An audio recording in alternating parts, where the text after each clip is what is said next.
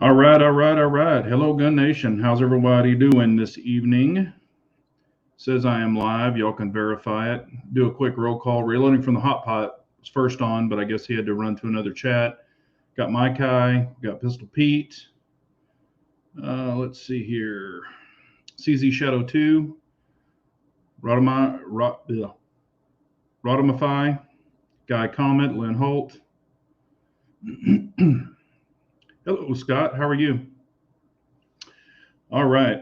Yeah, I saw that y'all were talking about the weekend at Bernie's deal last night. He was just needing a nap and some tapioca pudding. But yeah, that was a total joke. Let me know if y'all can hear and see me okay. I am in a hotel, but shows to have good Wi-Fi, but we'll see how that holds up. All right. Yeah, and we're going to talk about the governor race here in Texas. I guess we got Governor Abbott and Francis. So we got those two. One's decent, one's a liar and a con man. All right. Yeah, he's been wearing that out, Pistol Pete. He said that forever. He has said that stupid line about the deer forever. Yeah, and I'm sure Bloomberg is going to finance O'Rourke also. Beto. Francis, I guess I should say. He's far from Spanish. But yeah, but that's the thing. I think so many people are getting brainwashed in Texas, or who knows? Hopefully the deal's on the up and up. This race, but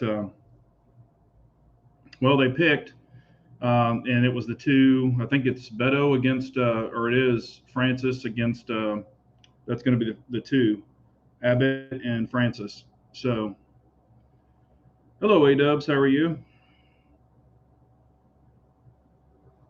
So those were the two that were in it. Come on, man. Yeah, well, but yeah, not just Californians. I mean, we're getting New York people. We're getting them from everywhere. They're packing up those U-Hauls. Hell, you couldn't even rent a U-Haul. There wasn't even any available supposedly in California, New Jersey, and New York. They weren't even available. And I guess they did a thing on there of where they were all coming to, and it was Texas. I don't know where in Texas, of course, but it was Texas, and where else was it? I think Kansas. But anyway, so hopefully they have our beliefs and not bringing their crap here. Hey, what's up, Havoc? How are you, man? Hey, also, everybody, if y'all haven't checked out Havoc 813, he's got a small YouTube channel. He started doing some reviews and showing some guns. Go over there and subscribe to him and show him some love. I didn't even know that he had a channel until I bumped into it one day. He's never said that he had one, but y'all go over there and sub up to him. Havoc 813. He would appreciate it. We always got to support our brothers and sisters in the 280 community, and that's a good way to do it. Yeah, that's what I'm hoping too, Scott. Like-minded people are not a bad thing. Matter of fact, across the street from me, my old neighbors sold about a year and a half ago, or well, about a year ago now. And this new gentleman is from California, older, retired man, super nice, and he's on our side. He wanted to get the hell out of there, so that was good. He's a really, really good guy. All about the 2A. Matter of fact, when I first met him, he was actually bringing up that he wanted to have his guns available and everything. So, yeah, I know a bunch of them moved to Florida and Arizona too.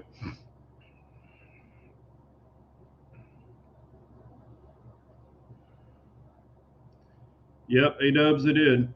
Also, did you see that they were talking about who was it? The ATF is coming out and saying that they're going to deputize law enforcement to go and try to pick up guns and crap like that. I heard something about it. And we've got the deal in Texas we've had it into law for quite a while now. Abbott signed it last year that our police officers cannot participate in any kind of government confiscations. So that won't fly here. Could fly elsewhere though.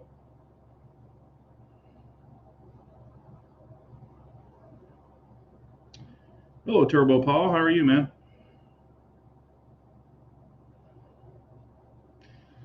But so that's what we've got to look forward to. Hopefully, Abbott can pull this out since he's, who we've got. But I have a feeling they're going to throw so much money at Beto like they did when he ran against Ted Cruz. Bloomberg threw a shitload of money at him. But I did want to talk about something. I put a video out. I don't know if y'all have seen it. It's kind of the difference between the Staccato C2 and the Staccato P. And I had a couple of people comment. I had some people say, "What's that on the grip?" Where I've got the Ranger bands on it to pin the grip safety down. But one guy went completely nuclear on it, saying, what all did he say?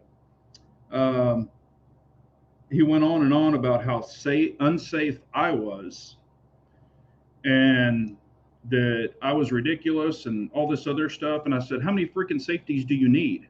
It's got a flip safety on the side.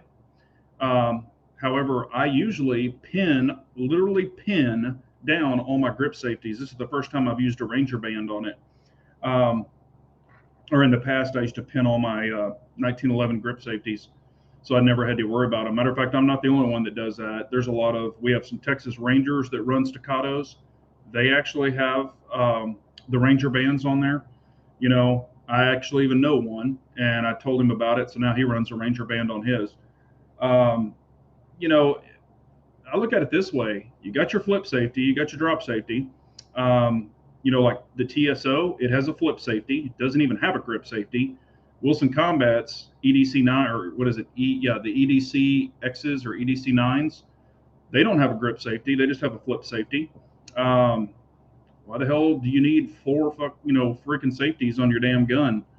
Most of your striker fires only have the trigger safety, and some don't even have, any safeties as far as drop safeties. So what the hell does it matter? But he got bent around the rod. I mean, there was paragraphs and paragraphs on that video. And basically I told him, I said, dude, that's cool. You can have your opinion. I can have my opinion. That's cool. And I don't disagree with anybody. I'll let them totally go stupid. I don't care. They can, and I don't delete comments. But anyway, I had to end up eventually blocking him because he didn't just go on that video. Then he started going onto other videos saying how unsafe I was. And, he apparently that was the first video he's ever watched of me. So I was like, I don't know what the hell this guy's deal is, but I was just like, bye, Felicia. I don't need that shit. Some people just, and of course he has no videos, no nothing. He's one of those keyboard warriors. Thanks, Guy Comment. Appreciate it. Like I said, go over and show him some love. Hello, Dan O'Neill. How are you, man? Yep, Paul Bart Mall Cop.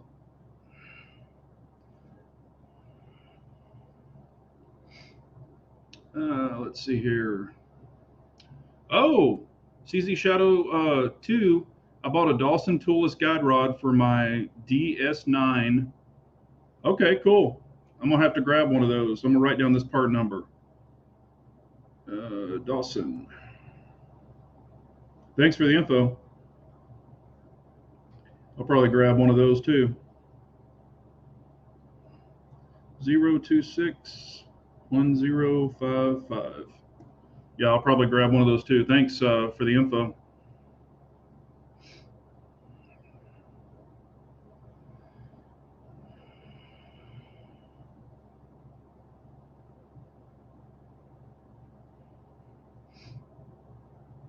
Let's see here.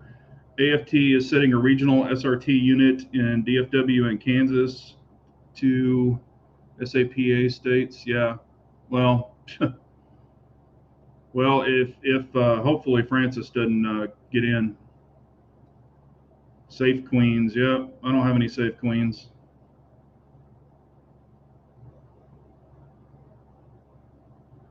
Yeah, and that's what I mean. I've had so many questions, Pistol Pete. I've had so many questions of people asking, I mean, honestly, and I know that they don't know, they might not have access to staccatos in their area because some stores don't carry them, but they were like, God, those guns got to be heavy. God, they're this, they're that. And I was like, they're really not. And I just kept answering all these questions and responding back to people. And I was like, probably need to do a video showing the difference between them and let people know that they're not heavy. And so that's why I did that video, and it seems to have taken off. But yeah, the whole deal about the grip safety I thought was pretty stupid. I mean, like I said, I'm a grown ass man. I've been carrying a gun for over 30 years. Uh, I'm not saying I'm perfect, but I do know what I'm doing.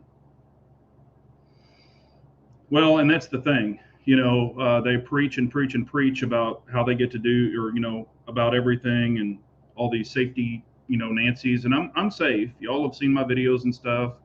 I've actually, I've seen some people at the range that aren't really doing what they should do. Matter of fact, I was actually at a gun store today at lunch. I went in, to talk to a guy. I'm in Oklahoma, but I went in and talked to a guy here that owns a gun store that is a super, super nice guy.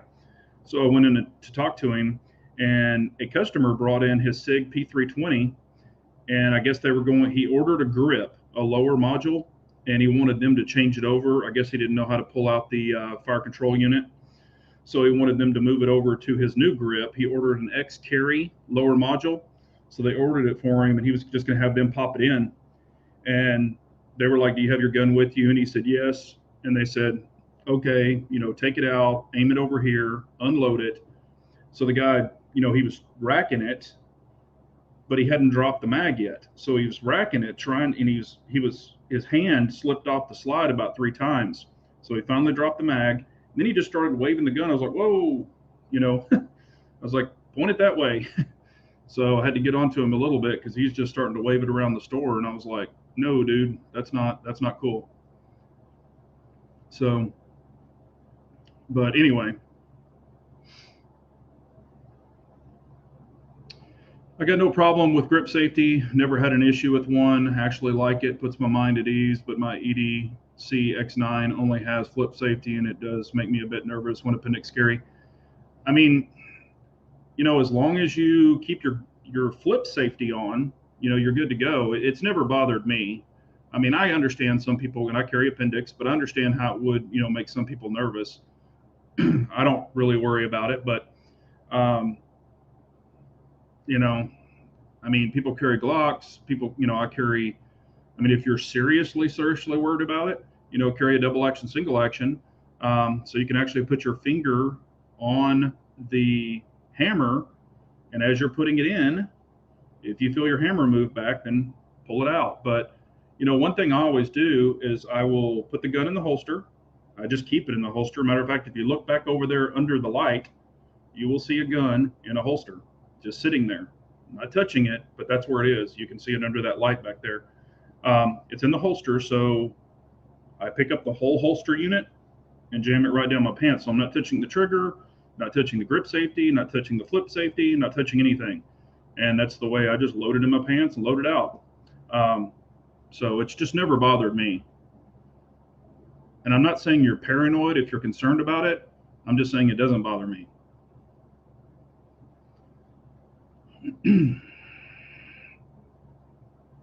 Yep, Havoc, get used to it. I've had that comment thousands of times. You can go back through all my videos, and I've had the exact same thing. You can't buy skill. All you need is a Glock 19 stock and 1,000 rounds of ammo. I'm like, what? But that's the thing. A lot of people don't understand is, if you've shot, that could be their first gun, so that's what they need to do. But if you've had them, shot them, learned with them, and all that stuff, it's kind of like I've had a hat and t-shirt. Had those and got a hat and a t-shirt. You want to have a nicer trigger. You want to have maybe nicer sights. You want to maybe try a red dot or shoot with a red dot. There's nothing wrong with advancing your skills as long as you have the basics. I'm not saying, and I will say this because I've proved it to many friends, personal friends of mine that are like, oh, all I need is a Glock 19. I shoot fine. I'll watch their groups. I'm not saying I'm a bullseye shooter because I'm not. But you know, they look at my groups and they're like, hey, you got some good, you know, decent groups. And I'm talking with my P10C, you know, basic polymer guns. And I'm like, hey, try this gun, you know, and I'll hand them a 2011 or even a 1911, and their groups get smaller because it's a better trigger, you know, it's single action only. Um, you know, and I've even had people try my P10C if they've shot a stock Glock with, you know, the stock trigger and shoot my P10C, and they're like, wow, man, I got better groups. And, you know, little things like that can make you a better shooter, but it can't buy skill. But again, each their own. I mean, do and whatever you want to do.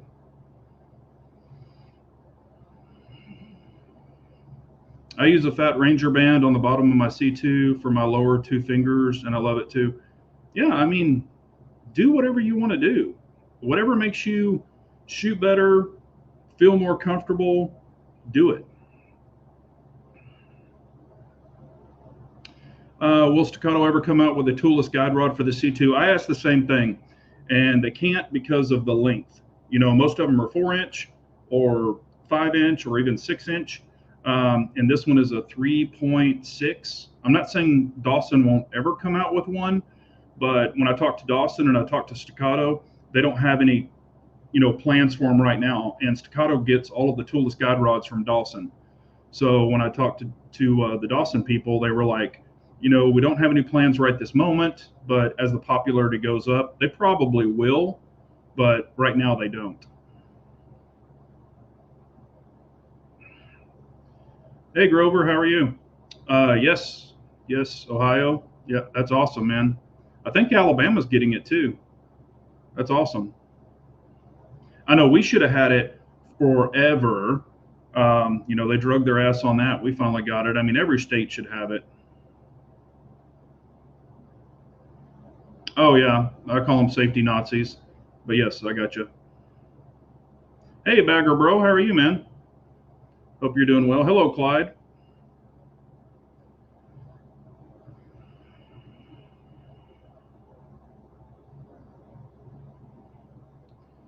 They usually say just buy ammo and train. Um, yeah. Hello, Kevin. Um, IBJ, what 1911 mags do you recommend? Also, what AR mags do you prefer? 1911 mags, I will only run Wilson Combats. I've tried the Chip McCormick's, and matter of fact, Wilson Combat bought Chip McCormick's, but I have some of the old Chip McCormick extra. They're called an extra taunt spring. It's made with a different wire, and they're still not as good as Wilson Combat. Wilson Combat has a better follower out of all of them. It's a true anti-tilt. You can still tilt a metal follower, even slightly, and that can throw the throat pitch off on some 1911s. So I will only run Wilson Combat mags. For my 45s, I run the 10 rounds. For my 9mm 1911s that I used to have, I would run the Wilson Combats also, and I think they were 10 or 12. They might have been 12 rounds, but only Wilson Combat.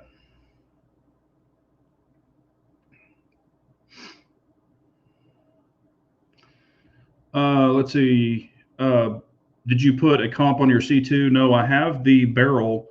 I ordered it. God, man, I ordered that thing back in October from Jarvis. I'll tell you the exact date I ordered it because I've got it. Yeah, I ordered it on October 17th of 21 from Jarvis. It's a C2 threaded barrel, bull barrel for the C2. Um, they had the steel shortage and all of that stuff. So they told me it's out for annealing right now. I should have it the middle of this month, is what they're telling me. They called and gave me an update on it. And then once I do that, I will have a comp on my C2. That's what I was that's what I was saying in that video. But so I will be running the Threat Cadre comp and the Jarvis drop-in 2011 barrel for the C2.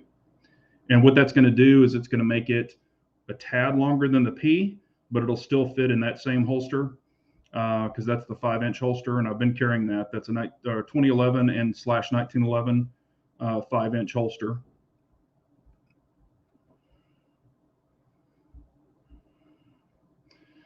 Are Staccato ambidextrous safeties proprietary? Can they be swapped with a single side low profile thumb safety? Yes, they can. I have seen some people that have done it. It doesn't bother me. And the only thing that I think about is if, something happened to where I couldn't use my right hand and I had to put it in my left hand, I could still use it. That's why I haven't switched mine. I've on some of my guns, my 1911s and 1911s, I only have the single side safety. So, it is what it is, but that's the only reason I haven't changed mine. And they don't bother me when they're dual sided. Hello, Floridian. How are you, man? Oh, I'm sorry, Kevin. I forgot your other to answer your other question on the AR mags. The ones I really like, and I've got them all. The ones I really like are the Lancers because they have the steel feed lips at the top. The new Lancers, so you can't get any of the old ones anymore, but they have the steel feed lips. I have on the old P mags over time, keep them loaded. I've stretched the lips, the plastic feed lips on them in the old Gen 1 P mags. If you drop them a lot or you accidentally drop them while they're loaded, I have chipped the feed lips on them on the old ones.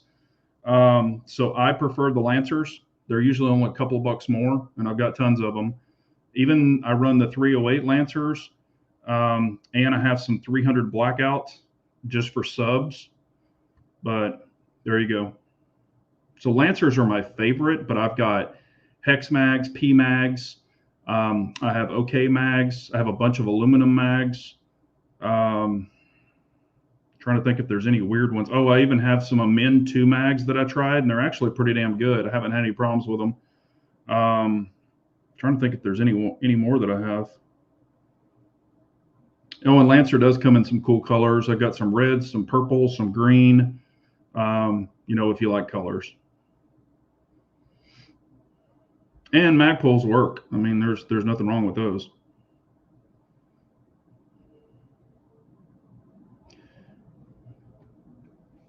Any experience with the P365 X grip modules, Wilson, Combat, Sig, Gray Guns? Guy comment, I really don't have any experience with them. I'm just going to be honest with you. They're just too small for me. Even the XL is pretty damn small. Your average person with average hand sizes, or even, a buddy of mine is 6'5". Y'all all know him. If you follow me, you probably follow him. He's 6'5", I'm 6'3", and my hands are bigger than his. He's like, man, I want to see how big your hands are. So we did the, hand to hand, and he's like, damn, your fingers are longer than mine. I'm like, yeah, I'm shorter than you. So I've got gorilla hands. They're just not normal. So the 365 doesn't do much for me. I did get to put my hands on the 365 Spectre Comp. So I did put my hands on it. It's cool. I think if somebody wants it, it's going to be a good gun. I'm sure it will be. It's just not for me. But it was also like $1,250 or something like that. And I was like, damn, that's a lot. Because you're getting a 10 coated barrel and a 10 coated trigger and the little, cut comp thing on it and the laser etched. But I think that gun's too damn expensive. It's a cool gun, but I think it's too damn expensive personally. But they'll sell the hell out of them. Yep, that is true, Scott. The Russian ammo 7.62x39 and stuff is going to be, you probably won't find it. And if you do, I have seen since even a week before this kicked off, I saw the 7.62x39 ammo already going up. So sure, it's not going to get any better.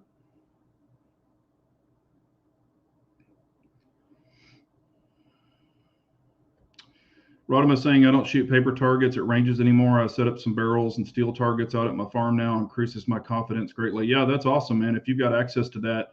And like I've even said, a lot of people, and they've commented on my videos and they're like, okay, you've got these 2011s, they shoot this great, but I can shoot my Glock 19 just as good.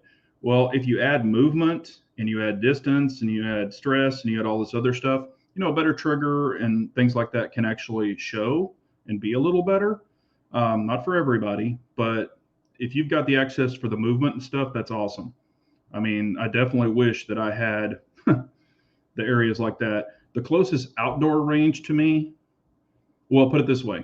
The closest outdoor range to me that I could do that and not just have to stand behind a little shooting bench thing is an hour and 20 minutes one way from where I live. And that's, I just, it's just hard for me to do that with my traveling.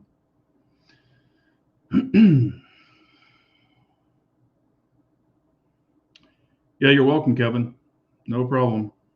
I've tried every 1911 mag out there. Metgar makes really good mags. Don't get me wrong, and I have some Metgar mags.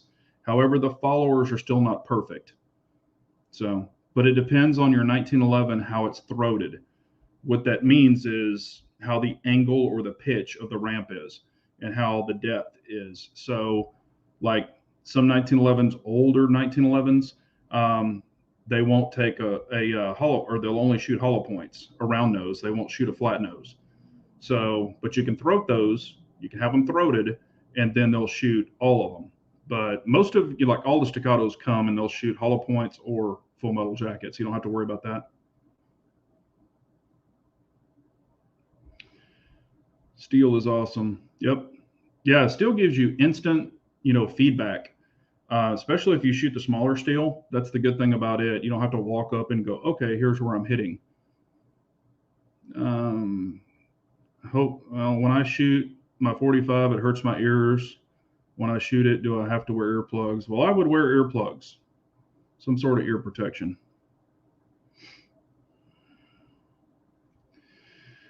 Big Johnson Guns and Gear. Will a TLR1 stick out past the comp, or do they both pretty flush? Want to get a light for my new purchase, but I don't want the light sticking out. Me personally, I'm not sure on that bolt. I think it still could stick out a little bit. Here's the thing, and I've said this numerous times, and if I could touch it, I would show it to you. But I actually, I really like the TLR7A. I mean, it's one of my favorite smaller light, or it is my favorite small light. But I actually like the light to stick out past my barrel, and if it sticks out past the comp, that's even better. And I've said this, I've talked about it in videos, all this other stuff. If I have to gut check someone up close and personal, gun straight up against them, if you pull the trigger and you don't have a light or you don't have something sticking out, if the barrel's right up on them, it can push the slide out of battery. Guns will not fire if the slide is out of a battery. However, if you've got the light touching them, this is the barrel on the top, this is the light on the bottom, it is not out of battery. So you can sit there and fire away because your light is actually what's right up against them. So I actually like that. Now it will get your light dirtier and stuff like that, and I've shown this in videos. If you look at my lights, you can see them on my light face itself. A cheap way to fix that is just take chapstick. I've got them in my gun bag, and they're dedicated chapstick for the gun bag. Take chapstick after you clean the light. Just take chapstick, rub it on there. The chapstick will stay. When you shoot, you'll have a bunch of carbon on the lens. You'll wipe it. It's perfectly clean. Your bezel will get dirty as hell. You really can't clean that off.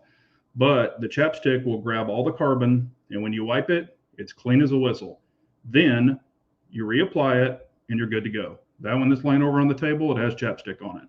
And it really doesn't distort any of your light either.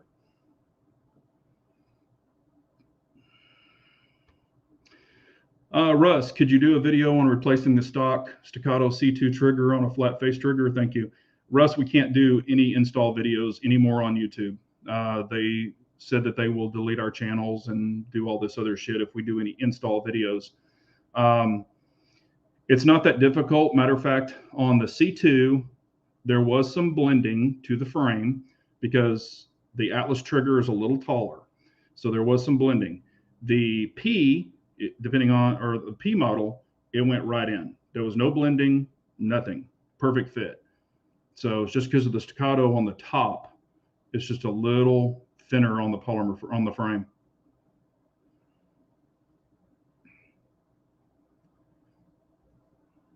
Yeah, Bald's right. They call it gun modification. I already get most of these videos, or a lot of these videos that you see, they're demonetized because I've got lights, I've got optic. They slash almost every one of my pistols, or hell, I think like 18 of my pistols have dots on them.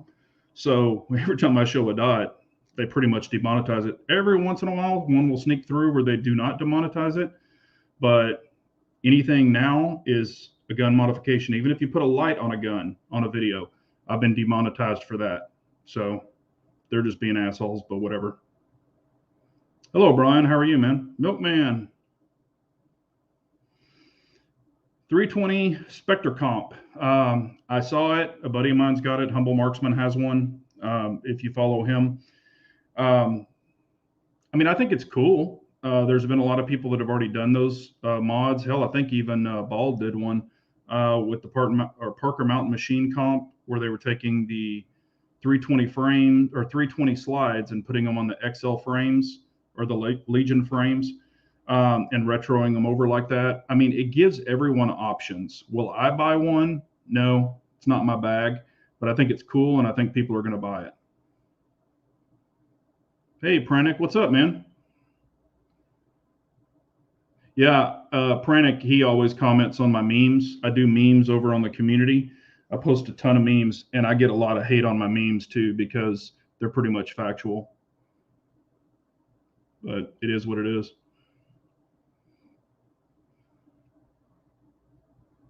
Yep, that ammo's being used against Ukraine. Certainly is. Hello, IBG. How are you, man?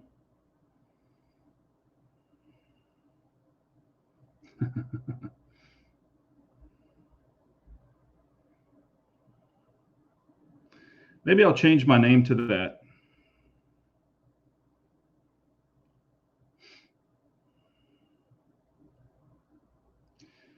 Bald's talking about Instagram. Man, you know, I miss the interaction with you guys, but I do not, and I repeat this, I do not miss Instagram as a company at all. They started shadow banning me. I mean, I'd get 1,000 views on a picture or whatever. Then they took it all the way down to like 60. And I was thinking, man, something's wrong. And then they started deleting a bunch of my pictures, saying they weren't whatever, they're community friendly or whatever. And I was just like, screw this. Yeah, I just dumped that shit. But I do miss being able to communicate with people. Their, I guess, whatever it's called, DMs or whatever, direct messages.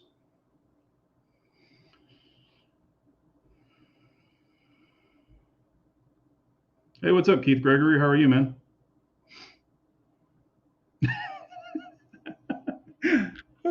The crack pipe kit. I love that. That's awesome. Yeah, get you that crack pipe kit. Yeah, Brandon will hook you up with the crack pipe kit.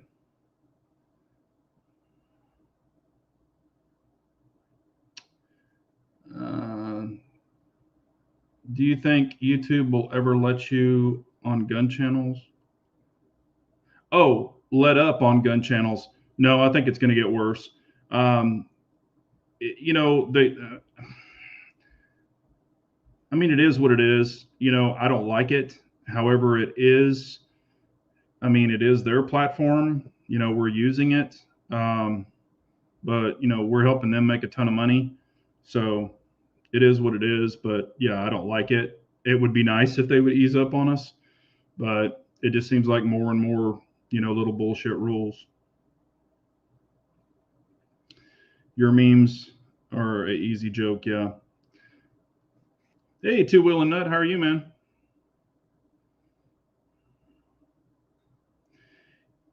Yeah, like I said, I mean, that's the good thing about all the new offerings, you know, that SIG is offering. You know, other manufacturers can see this and go, you know what, we could do that. We could do that. You know, porting is not new.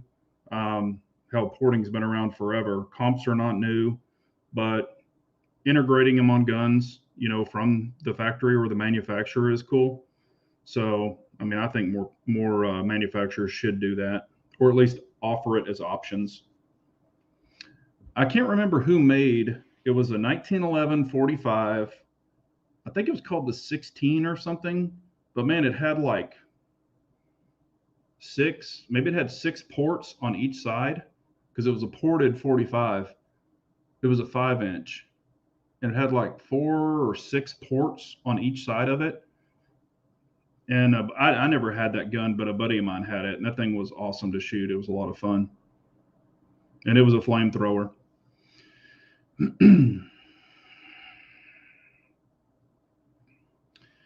Brandon contradicted himself big time last night, praising Ukraine citizens for fighting, then turned around and still went after us. Exactly. He did. And I noticed that. I was like, you're talking out of both sides of your face there, jackass. But he's known for that. Yep, it was a Springfield. You're right. I think it was called a Springfield 16 or something like that.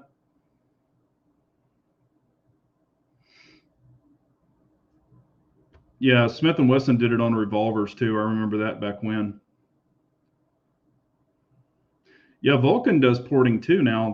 They'll port staccatos and stuff like that. My only thing is, especially on the C2, you could get them ported, but it's just that it's such a short barrel. I mean, they're saying that you only lose like 50. I think it's 50. I think it was like, I think the velocity only decreased like by 50. But still, I don't want to take anything off of that one. I think it'd be cool maybe to do it on the P because it gives you a little more length. But I just don't want to lose any velocity. 50 feet per second on a really short gun. I mean, it is only 50 feet, but it's still something. V16 and the V10. There it is. AWs, you're exactly right. This one was the V16, I think, that he had, and that thing was pretty freaking badass. I can't remember the year on that gun when it was made, but I think he still has it. Maybe I can get it, and he'll probably just let me use it and maybe do a video comparing, something like that. Yeah, the chunk port. Yeah, Monsoon Tactical does the chunk port, and that is cool. But if I did even on a chunk port, I would only do it on a P. I just don't think I would do it on a C2. I mean, personally, I think it's cool. Anybody that wants to do it, but is there anything that's exciting anyone, or have y'all seen anything recently that you wanted? What was funny is when I was in that gun store, I'll tell you a really quick story. This one older gentleman was in there and he was like, okay, if you had $1,000, which gun would you buy? Or if you had $1,500, not to me, he was talking to the guy that works at the gun store. And the guy at the gun store was like, oh, I'd have an AR, but if I had my choice, I would have the M1A1. And he was talking about for a one rifle, do it all, like your one do it all rifle. The guy at the gun counter, and I know him, he's an older guy, he was in the military. He was saying he would recommend an M1A1 to someone for their do it all rifle. What do y'all think about that? Nothing against the M1A1, but would you own an M1A1 for your do it all rifle?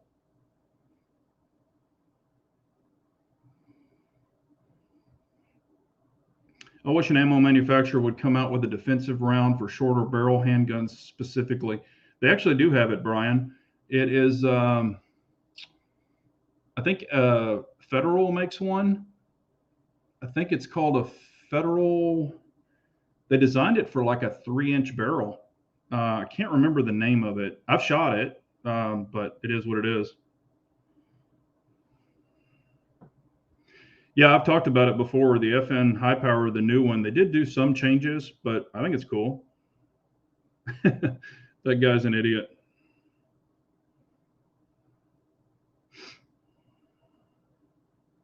Now, he was talking about for one rifle to do everything: home defense, to carry in your vehicle, to do everything. Spear, okay. When he said that, and of course, I'm not the guy that jumps into conversations. I let those people talk. But I was like, what in the hell? That would be one of the last ones I would talk about for a do-it-all rifle. AR-15, 300 blackout, something. I mean, you could still get a 30 cal round in a 300 blackout and a smaller package, but man, a freaking heavy ass M1A1, whew, that thing's a freaking beast.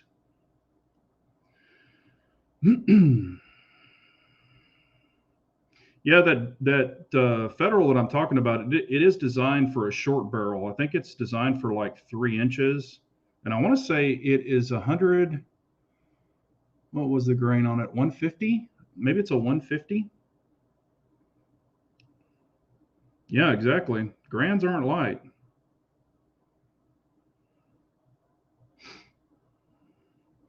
I mean, and this man that was asking this question is 75 years old. And I'm not saying age, that's only a number, but can you imagine wagging around that heavy of a rifle as your do it all rifle? I was like, whoa. And that's exactly what I was thinking about, an AR, a light AR, with like 77 grain, high mag capacity. I mean, or standard. I call it standard in our state. But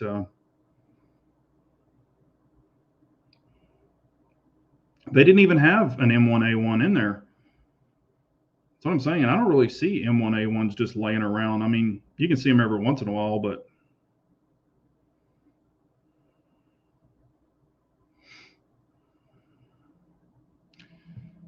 M. Gabriel, hello, how are you? Why does YouTube isolate gun tubers in little silos? New here. Well, welcome. I appreciate you coming in. Um, well, I've got a comment to that, and then I've got another comment to that.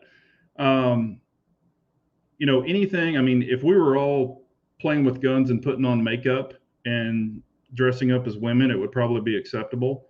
But since it's guns and we're on a different side as YouTube, being, the left, I think that's why they pick on us. But then another part of that is, why do some gun channel YouTubers bring out drama against other YouTube channels? I think that's pretty ridiculous.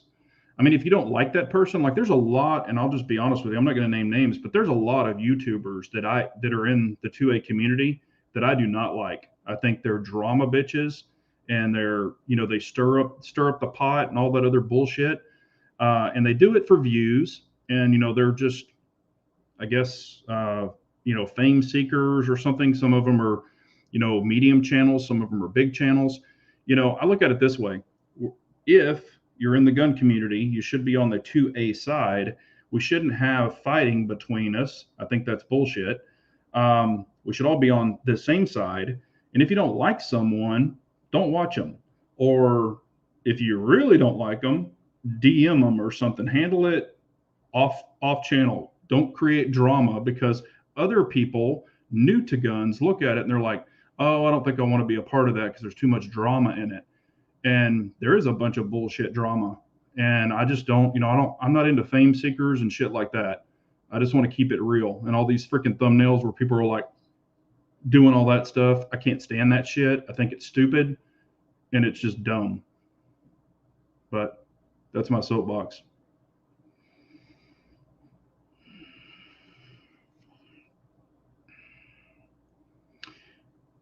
Yeah, I mean, I think there's a lot of companies who offer those little 9 millimeter for short barrels. Hello, Lorenz, how are you? From Switzerland. That's awesome. I have been to Switzerland. Beautiful, beautiful place. Really beautiful. My go-to rifle is a POF Renegade with just stock setup. I keep it light. Yeah, POF. I enjoy my POFs. I've got two of them. Good, good rifles. Had the problem with one, but they fixed it immediately. And that's what it is, Pistol Pete. But I look at it this way. I mean, I'm not in it for the fame, and there's no fortune, but I'm not in it for the fame. But I just look at it as, I'm not into clickbaiting. I just hate that shit when people are like, oh my God, I blew this up. And then if you watch the video, like a piece fell off. It's like, okay, you snapped it back on and everything was good to go. I hate that shit. It drives me freaking crazy. I'm like, I wasted 6 minutes to watch this stupid video.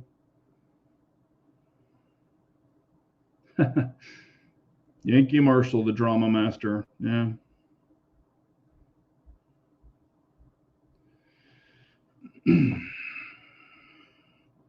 Big Johnson Guns and Gear. Drama brings views, no matter what community. We need to start beef to grow channels. Yeah, but I just, man, that's like freaking elementary school and high school bullshit. The little cliques, get in your little cliques. I just think that's stupid.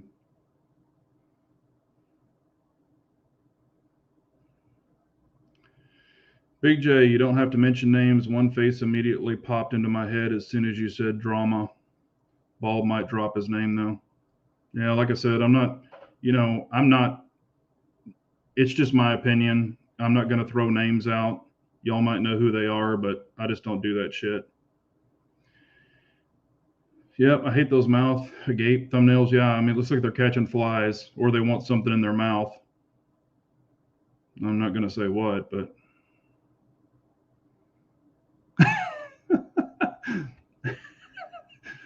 Man, that commercial plays like all the damn time. I can't believe if I hear that vaping puts metal in my lungs one more time, I'm going to throw in the towel. I agree with you, Pistol Pete. That freaking commercial's on like every 5 seconds.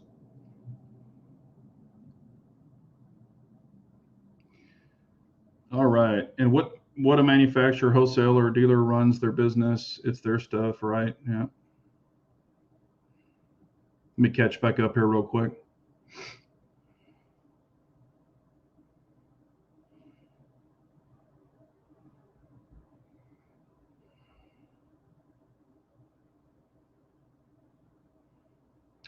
Yeah, I mean, good for Switzerland jumping in. I think they should. That's awesome. And you're right. They usually did stay neutral.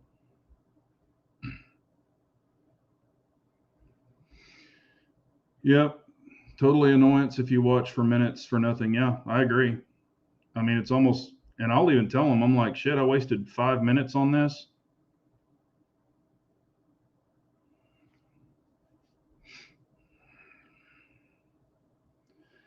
Let's see what Brian's saying here. If I had to pick my favorite Guntuber channel, it's Sage Dynamics. I'm sure it says hands down. He drops a video every Friday at 8 p.m. Never have a commercial, and they are all fact based regardless. And I really do like Sage Dynamics also. Aaron seems like a pretty upfront guy. I love his testing on the dots.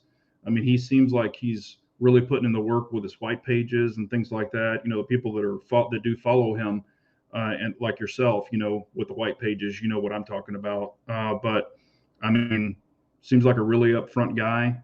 I've never seen him lead anybody wrong. Everything he's recommended that I have purchased, I mean, I don't purchase everything he says by any means, but the things that he has said or put through the testing, I've purchased it and I haven't had any problems with it. And you can get a lemon here and there. We all understand that, but um, you know, I really do like Aaron also. I watch a lot of his stuff. And you're right. Every Friday, if I'm not doing anything, or maybe Saturday morning early, I'll click on his video and watch it.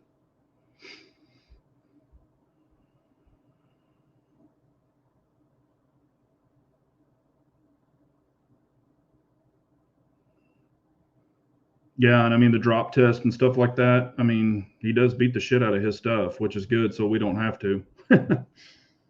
But and Shadow too, I appreciate that update for the Dawson DS9 toolless guide rod. I'll probably grab one of those.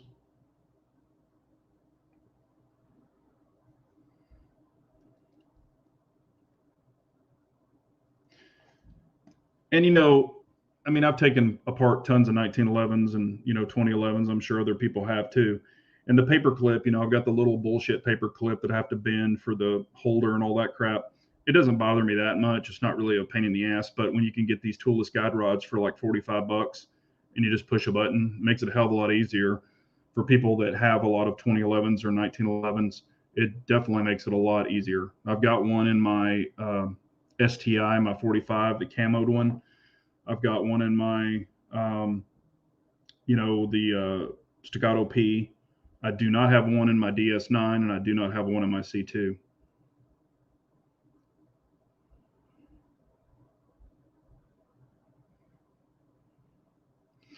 He has Patreon. Sage does, and I'm sure I know he works with FN.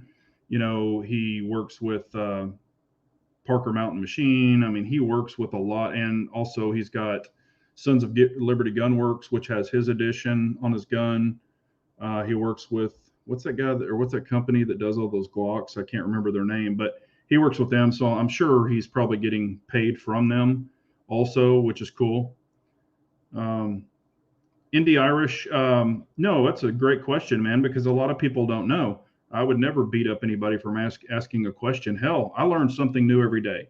So that's not a bad thing. On a 1911, when you take it down, on the older ones, you have to have a little tool, or you can use your fingers too, and you have to take the bushing off, and then the guide rod and all that stuff comes out of the front. But on some of them, you pull it back and you have to put a paper clip. There's a little hole in the guide rod, and you got to put a paper clip in it. And then as you pull it apart, the spring comes off, and then you can pull it out of it, when you take the paper clip off. The toolless guide rod just has a button, so you don't have to put a paper clip in it. You just put a button, and a little flap sticks out, and it locks it. And it just makes it so much easier to take it down.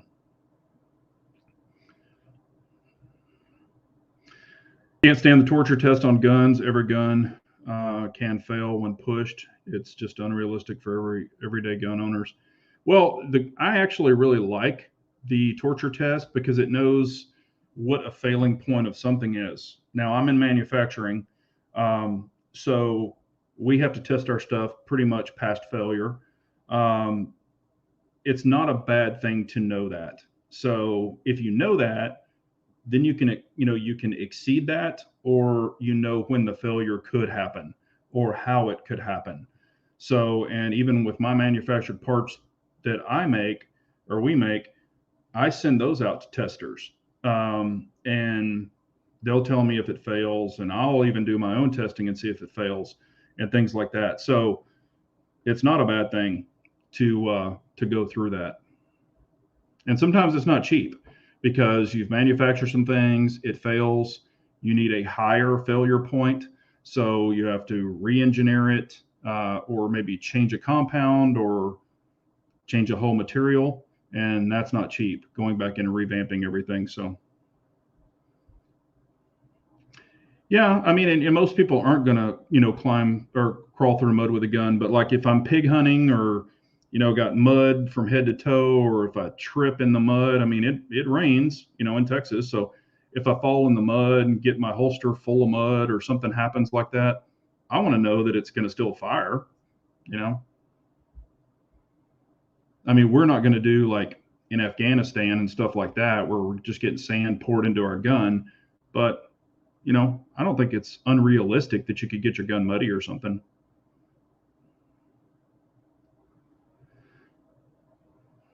Not trying to ask something you don't want to ask, but what industry do you service? Automotive. I'll just say that. So, automotive.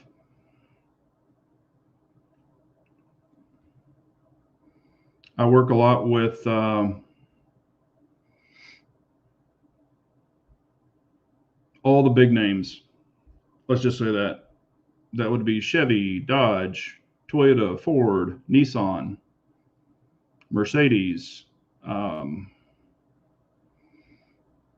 that would be international and American. So that's about as much as I'll say.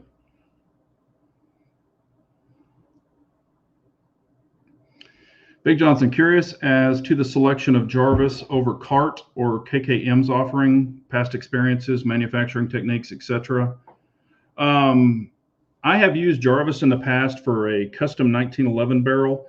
That was prior. This one is a drop-in barrel. They do everything there. You can order it as a drop-in, or you can order it as a custom fit. The 1911 barrel that I bought from them way back in the day, I had to have it fitted. I didn't fit it. Gunsmith did. The Staccatos, they do offer them as a drop-in. So this will be my first drop-in from them. But I've had excellent luck from Jarvis in the past. Hopefully nothing's changed. I'll let y'all know if it has. I'm up front. I'm going to tell you if something's wrong. KKM, I used a KKM barrel on a Glock, and it was nice. They're not cheap. Never had any problems with them. I don't have any experience with CART. Oh, okay, or KKM. I've never used CART. If it's KART, I'm not familiar with them. Um, but KKMs are nice. I mean, they work. Oils you recommend? Oils you recommend a good can for AR 556? Well, back in the day on ARs, on my bolts, I used to use wheel bearing grease. It's the the actual red wheel bearing grease. I since don't do that any longer. I use Rand, RAND CLP, and sometimes I'll use a little bit of their grease. They actually make a grease also, and then I use Lucas Extreme. It's kind of the blue shit with the little needle. I've had really good luck with it. Um, and on the CLP, it's only Rand CLP. I mean, honestly, you can use Mobile One, you can use wheel bearing grease, they'll all work. But I come from the automotive, and I don't believe in using automotive products or some automotive products on your guns. Not that they're bad. Sometimes they just won't hold the viscosity that you need it to hold. And you can tell a lot by oil when you actually put it in your fingers and you just rub a lot. You just sit there and do this like you're rolling up a piece of paper. You just roll it back and forth, and you can actually start feeling when it starts breaking down, because believe it or not, between your fingers, it will create heat. And that's like a friction.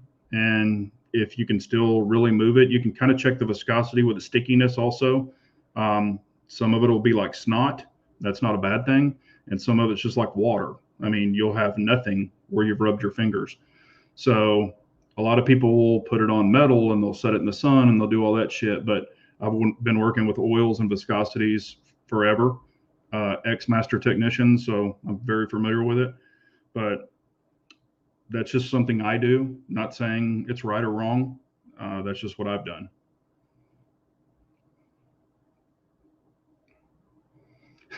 Torture tests are good until they pull out the peanut butter. Hell, everything would fail in peanut butter.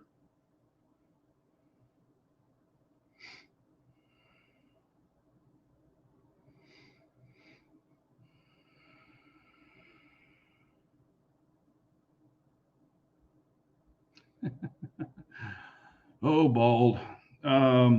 Big Johnson Guns and Gear provides entertainment for car companies, executives like Epstein. No, I don't do that, but last time I went to Vegas, I spent a shitload of money for customers. I mean, on customers for their, taking care of my customers.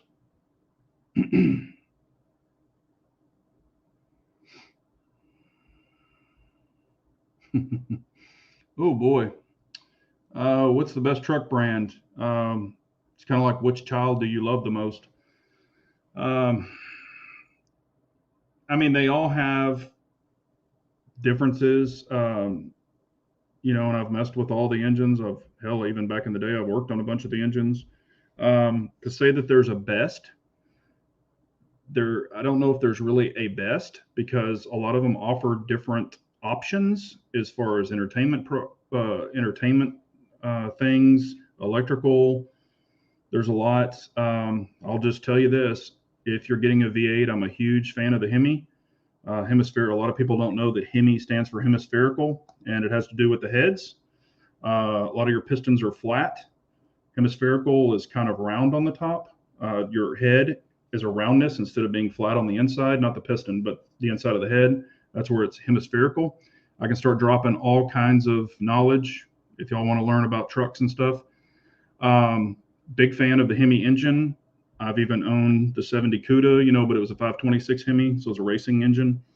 You can pull a lot of horsepower out of them. Not a huge fan of the Chevys. They have a lot of failure points with their engines. I'm not saying everybody's had their problems, but I do like Ram a lot. Ford makes a good product too. Not real crazy about the EcoBoost. The turbos do have some failures.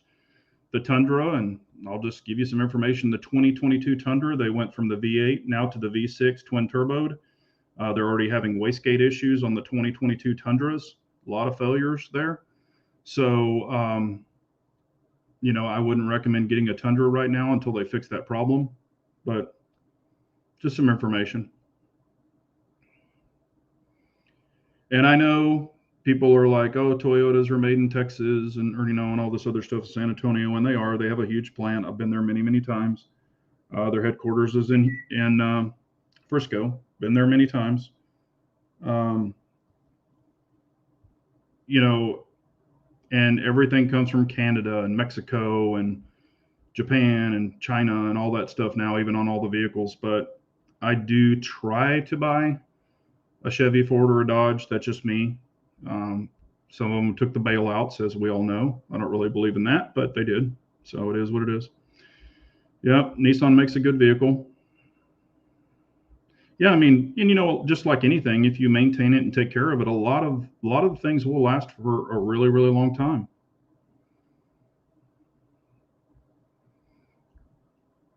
But you can walk into any repair facility and talk to the technicians, and they'll be like, it has this problem, that problem, that problem. These are some noted problems.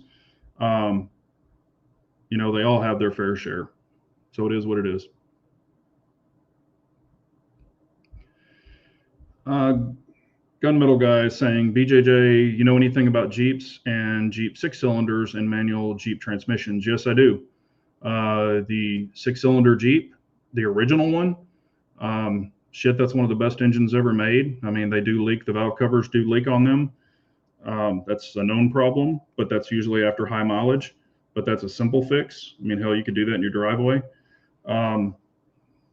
Jeeps are great vehicles. They really are. However, and the manual transmissions are really good in them. The problems with them, especially the Wranglers and things, you will get what's called a death wobble. It's very common after about 40,000 miles on the Jeep Wranglers. Some of them will get what's called a death wobble, and it is a pain in the ass to try to fix.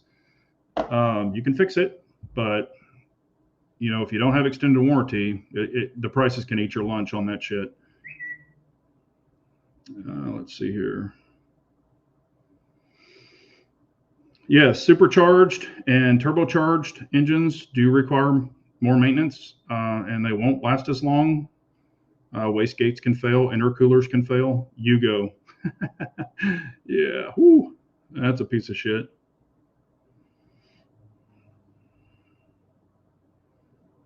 Yep, inline 6. Things are freaking bulletproof. I have seen those go some serious miles. Out at our land, we used to have an old postal Jeep, or actually it was the postal style Jeep, but I bought it from an auction, and it was an old military Willys Jeep. They cut it in half, took the drive shaft out of it. So the Jeep, I bought it and it was in 2 pieces. I welded the frame, put reinforcements in there, put a new drive shaft in it. It was a 3-cylinder. Put a new battery in it, changed the oil, new plugs. That thing ran. Every time I'd start it, if the battery wasn't dead, it would start and run. I never even changed the oil in it. We just had it out on the property and drove it around out there. And I bought that Jeep for $300. And that thing was awesome. I drilled holes in it, drilled holes in the floor pan. And if it would rain or we got it muddy, water would just go out of it. I didn't give 2 shits about it, but that thing was awesome.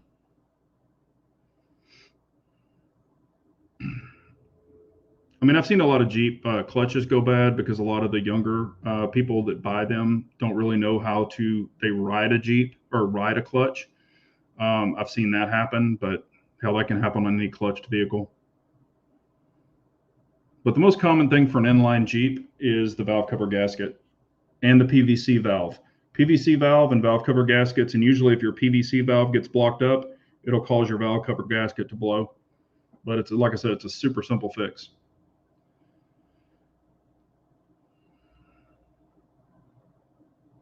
Damn. Hang on. Had 3 Jeep transmissions shot and all.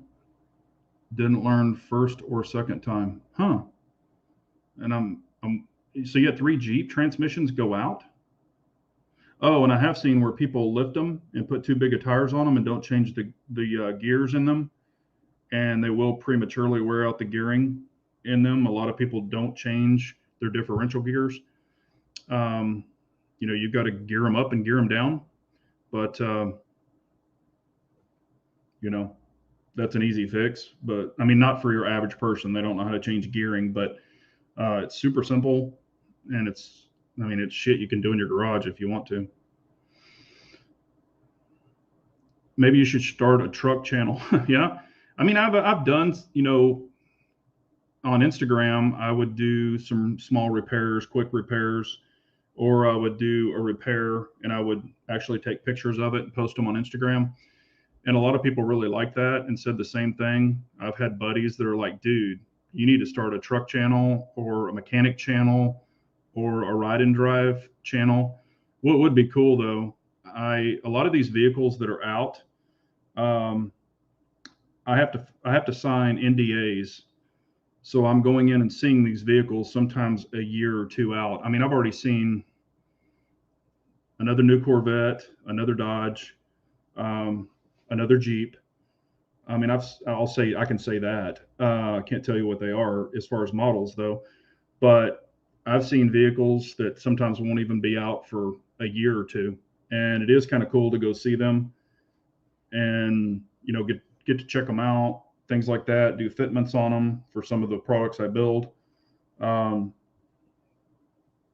I can't take pictures of them, and I you know I guess I could kind of talk about them, but not when you sign NDAs. But you know what I mean. And then I have access to them, so I could do some ride and drives. Way back when I did a video. Oh, I did the video and it got taken down. I didn't take it down. YouTube took it down.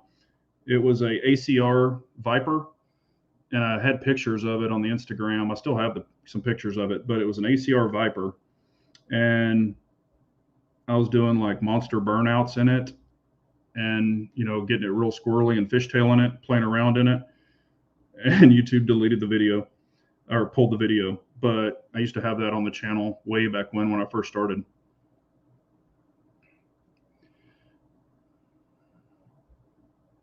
Oh, Scotty, yeah, he's been around for a long time.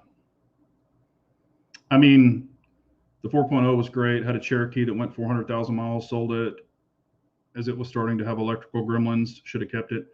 Yeah, when you get the electrical gremlins, that's some of those. I mean, I put wiring harnesses in vehicles from the front to the back. It's not fun. It's not cheap. But you know, like the Maverick. Matter of fact, I'll just let y'all know this: the Bronco right now is sold out. The Bronco, the big Bronco, not the Bronco Sport. That's a piece of shit. The big Bronco is sold out till 2023. You cannot even place an order for one.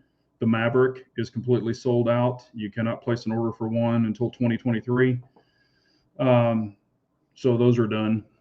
Those things are selling like freaking hotcakes.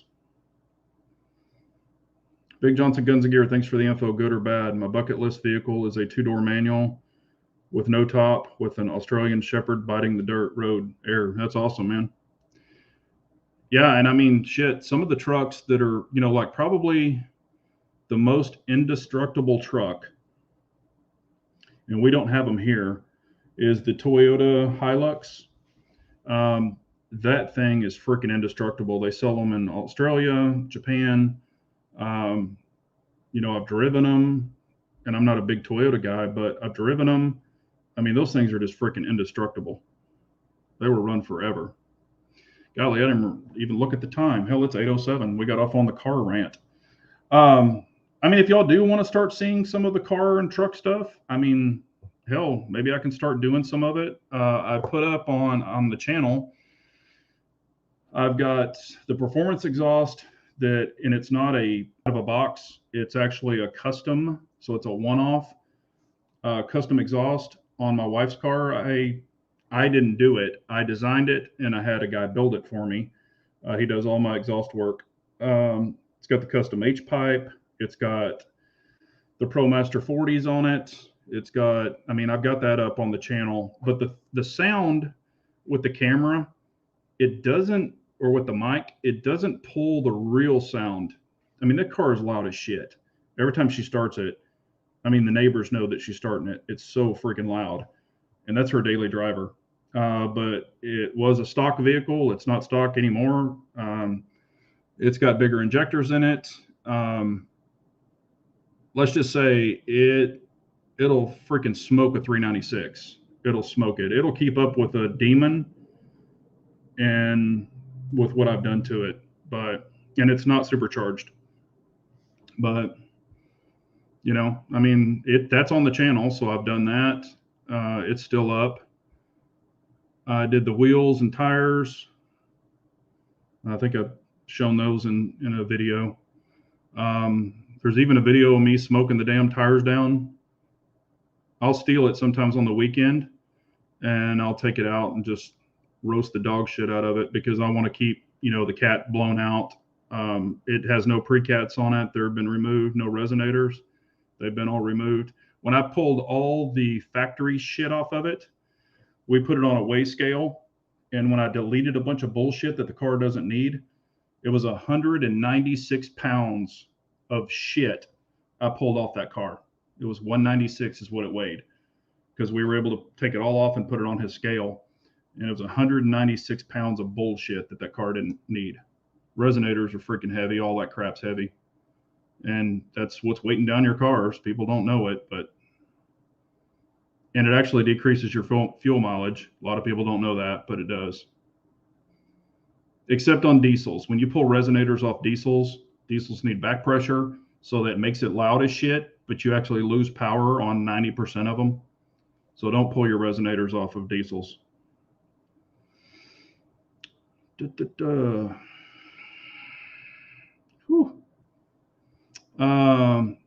Best hush can for a 5.56 rifle. If you're gonna, me, even for 5.56, I always get 30 cal cans because they're more universal because you can use them on 308s. You can use them on 300 blackout and 5.56, but you're going to have a larger diameter.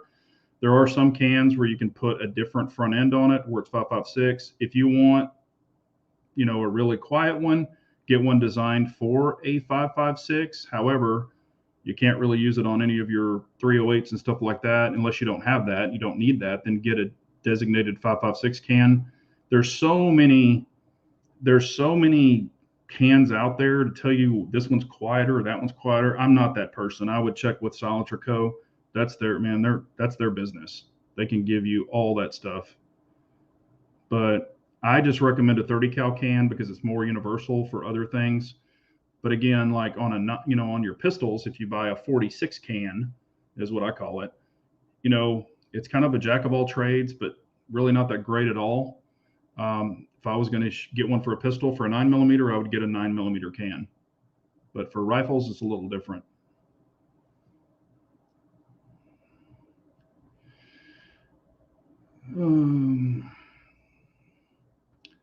Sort of like doing a custom gun building. Yeah, every vehicle I've had, I don't keep them stock. That's like on my guns. I don't keep a lot of my gun stock. I've been wanting to change shit since I was a kid. I would always want to have something custom, whether it be tricked out shoes or whatever. I just like different shit. I don't like to just follow the pack. I like to kind of do my own shit. I like to be a trendsetter, not a follower. I guess you could say it that way. So I do the same thing on my vehicles. I've lowered vehicles. I've raised vehicles, lift kits, the whole works. My Jeep had, one of my Jeeps, I was running 44s. My K5, I was running 44s. I just like making crazy shit. And I've even lowered vehicles to make them faster. I lowered my wife's vehicle. I got it another 2 inches lower because you can keep it lower on that car. It's faster and it actually handles better. But let's see, Big J, whatever mix of content you do, content you do would work. Enjoy channels, honest info, and language props. Thanks. Yeah, I could probably do some stuff like that. I could let y'all in on some insight on some, some of these NDAs when they run out. I could probably get you some first looks before they even hit the market. I know that I could do that. So we can get y'all some cool stuff. Crazy shit. Yeah, we could do that.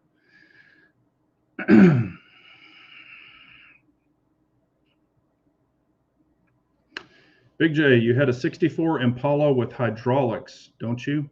No, I never got into the hydraulics, never got into the lowrider stuff. I was always into speed. I raced a lot of NHRA crap back in the day. Y'all might not know that about me, but I did. Pro stock, stuff like that. It was expensive, but it was fun. I had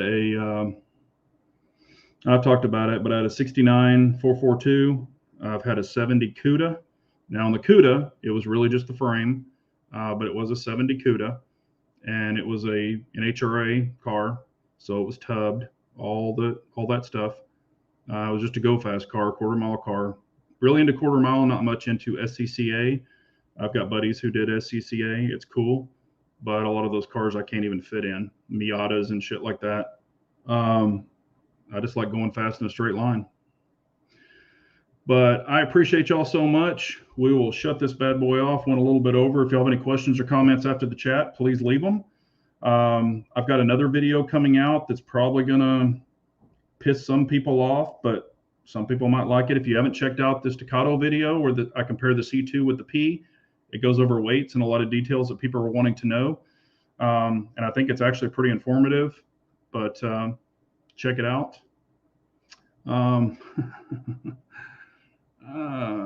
Marshall's asking, did I ever do any street racing? I can't, I'll leave it at this. What do you think? But I can't say that I did because that's illegal. But if you're familiar with Dallas, there's a place called Minata. It's a street name called Minata.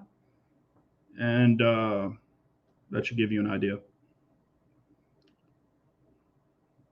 I had trailered cars that I would pull out there, and then I had drive cars that I would pull out there.